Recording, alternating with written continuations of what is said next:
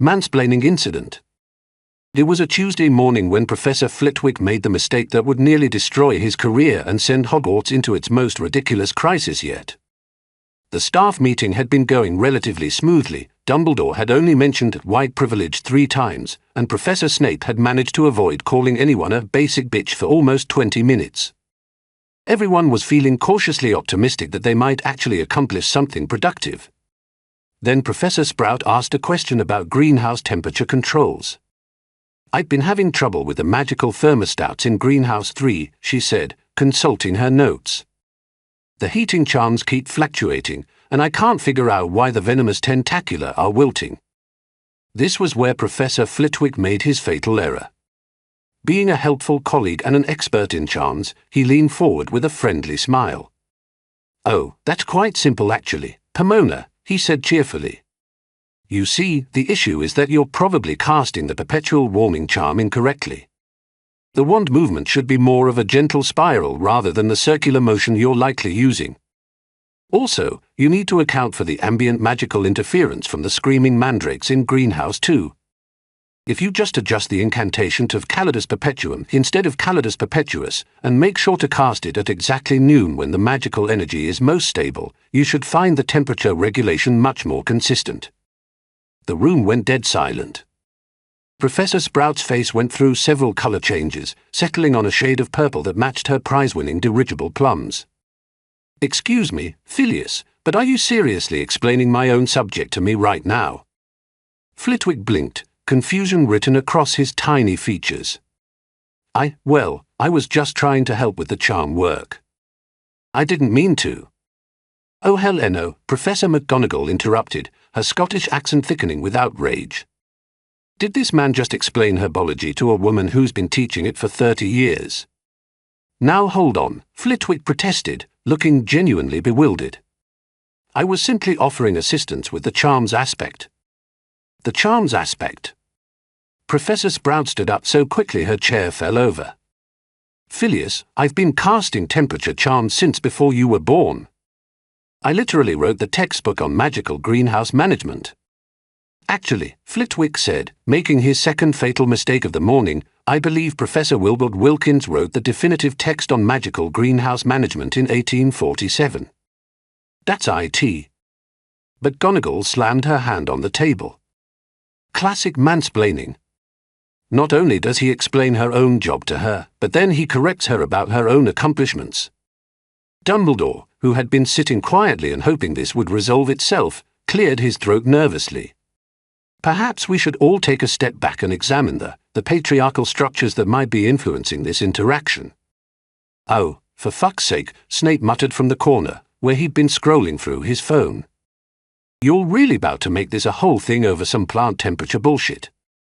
"Severus," McGonagall whirled on him, "this is exactly the kind of dismissive attitude that perpetuates toxic masculinity in academic environments." "Toxic masculinity?" Snape looked up from his phone with an expression of pure disbelief. "Lady, I teach teenagers how to brew poison all day.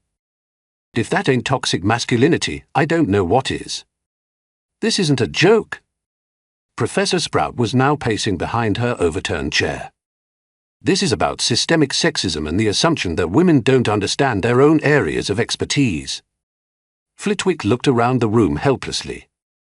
"But I genuinely was just trying to help. I didn't mean any offense." "Intent doesn't matter," McGonagall declared, as if she were announcing a new law of physics. "Impact is what matters. Your intent was irrelevant the moment you assumed a woman needed a man to explain her own job." "But he's the charms professor," screeched Flitwick. "Charms are literally my specialty. And herbology is literally mine." Sprout shot back. "But somehow you assumed I didn't know how to properly cast a basic temperature charm." Professor Trelawney, who had been unusually quiet throughout the meeting, suddenly gasped dramatically. "I see it now.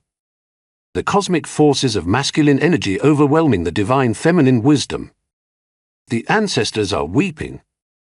"The ancestors can join the fucking club," Snape said, not looking up from his phone. "This is the dumbest shit I've ever heard, and I once watched Lockhart try to explain hair care to a troll." "Severus," Dumbledore said weakly, Perhaps we could use more constructive language. Constructive. Snape finally looked up, fixing Dumbledore with a withering stare. Old man, you want constructive? He is constructive. Flitwick tried to help with some plant problems. Sprout got her feelings hurt. And now we're all sitting here pretending like this is some kind of gender war instead of just two people having a misunderstanding. How's that for constructive? It's not about hurt feelings. Sprout protested. It's about respect and recognizing expertise. So why didn't you just say thanks, but I've got it handled? Snape asked. Why we got to turn this into a whole movement? McGonagall looked scandalized. Because that places the burden on women to educate men about their own problematic behavior. What problematic behavior? Flitwick was now looking genuinely distressed. I offered help with charms. I do that for everyone. Last week I helped Hagrid fix his kettle. That's different, McGonagall replied immediately. How is it different? Because Hagrid isn't a woman in a male-dominated field. But herbology isn't male-dominated, Flitwick pointed out.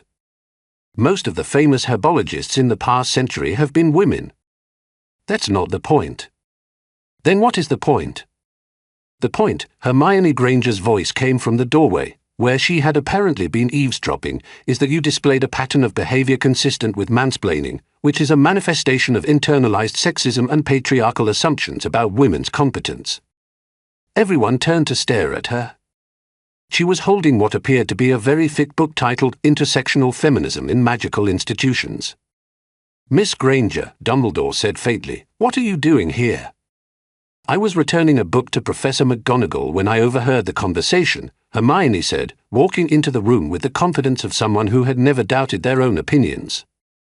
And I felt it was important to provide some context about the systemic issues at play here. Oh, great, Snape said.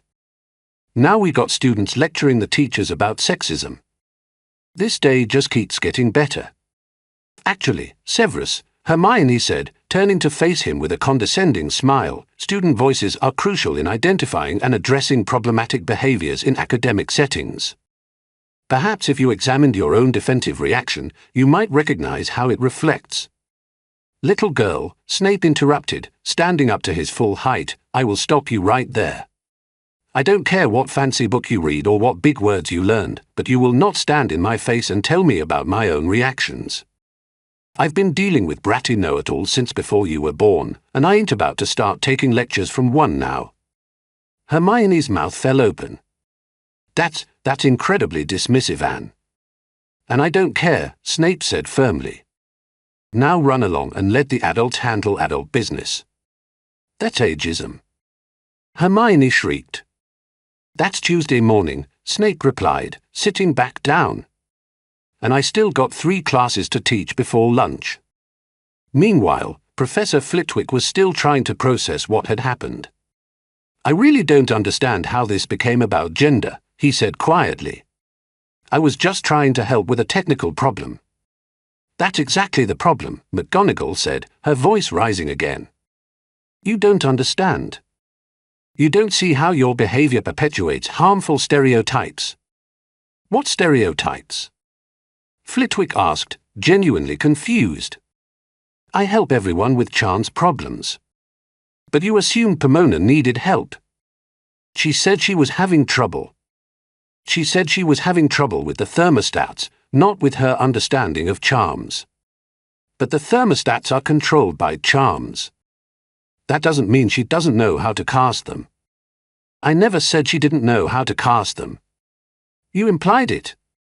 I did not. You absolutely did. When? When you explained the wand movement. I was being helpful. You were being condescending. I was being friendly. You were being sexist. Professor Sprout, who had been listening to this exchange with growing frustration, finally exploded. Enough. Both of you, just stop. The room fell silent again. Phileas, Sprout said, taking a deep breath, I appreciate that you were trying to help. But you need to understand that when you automatically assume a woman colleague needs assistance with basic aspects of her own job, it comes across as condescending, even if that wasn't your intention. Flitwick looked genuinely stricken. Pomona, I truly didn't mean to suggest you were incompetent. I was simply excited to help solve the problem. I do the same thing with everyone. But the impact is different when you do it to women, Sprout explained. Because we're constantly having our expertise questioned and our competence doubted. So when a male colleague jumps in to explain something we already know, it feels like part of a larger pattern. I can see how that would be frustrating, Flitwick admitted. I really am sorry. I didn't consider how my behavior might be perceived. See? McGonagall said triumphantly. That's growth. That's what we need more of. Damn, Snape said, shaking his head. You all really just spent 20 minutes psychoanalyzing plant temperature problems. No wonder these kids are so fucked up. Severus. Dumbledore protested weakly. What? I'm just saying, maybe we should focus on teaching magic instead of having therapy sessions about every minor interaction. This isn't therapy, Hermione interjected, apparently unable to resist jumping back into the conversation. This is important work toward creating a more inclusive and equitable educational environment. Child, I swear to God, Snape said, turning to look at her with dead eyes, if you say one more word about inclusivity or equity or any other buzzword from that book, I will assign you detention for the rest of the year. You can't do that. Watch me. That's an abuse of power. That's Tuesday morning getting worse. Dumbledore, who had been looking increasingly overwhelmed throughout this entire exchange, finally stood up. Perhaps, he said carefully, we should take a short break to process these complex interpersonal dynamics. Or, Snape suggested, we could just agree that Flitwick was trying to be helpful, Sprout was understandably annoyed, and now we all know to be more careful about how we offer assistance. Problem solved. It's not that simple, McGonagall protested. Why not? Because there are deeper structural issues at play. What structural issues? We got one tiny man trying to help one plant lady with some temperature problems. That ain't a structure, that's a Tuesday. But it's representative of broader patterns of male dominance in. Lady, I'm gonna stop you right there, Snape interrupted. I've been the only black teacher at this school for 15 years. You want to talk about structural issues? Let's talk about how you all hired me to teach kids about poison and then act surprised when I don't speak like Mary Poppins. But I don't see me making every staff meeting into a lecture about racial dynamics. The room fell uncomfortably quiet. That's actually a very good point, Sprout said slowly. Thank you, Snape replied. Now can we please get back to talking about actual school business instead of psychoanalyzing every conversation like we're in some kind of workplace sensitivity training? Actually, Hermione said, apparently unable to help herself, workplace sensitivity training is exactly what this institution needs. The fact that you're resistant to examining problematic behavior suggests. Detention, Snape said firmly. Every day for the rest of the month. You can't. Every day for the rest of the year. Hermione opened her mouth to protest again, then seemed to think better of it. Anyone else want to discuss my problematic behaviors? Snape asked, looking around the room. Nobody volunteered. Good. Now, Dumbledore, what's the next item on the agenda? Dumbledore looked down at his notes with visible relief. Budgeting for new cauldrons? Finally, Snape said. Something that actually matters. Professor Flitwick, who had been sitting quietly throughout the latter part of this exchange, cleared his throat. Before we move on, he said, Pomona, I really am sorry. I'll be more mindful in the future. Sprout smiled at him. Thank you, Phileas. That means a lot. See? McGonagall said. That's how we create positive change. What positive change? Snape asked. He apologized, she accepted it, and now we're all gonna move on with our lives. That's just basic human decency, not a revolution. but it's part of a larger cultural shift toward. Oh my God, Snape stood up abruptly. I cannot do this anymore. You'll want to turn every normal human interaction into a sociology lesson.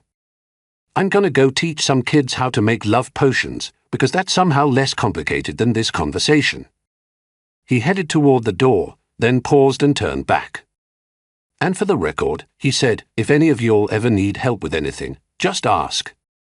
I don't care if you're a man, woman, or whatever else you identify as. I'll either help you or tell you to figure it out yourself, but I ain't gonna spend 20 minutes analyzing the gender dynamics of basic human politeness. With that, he left the room, leaving behind a silence that somehow felt both awkward and relieved.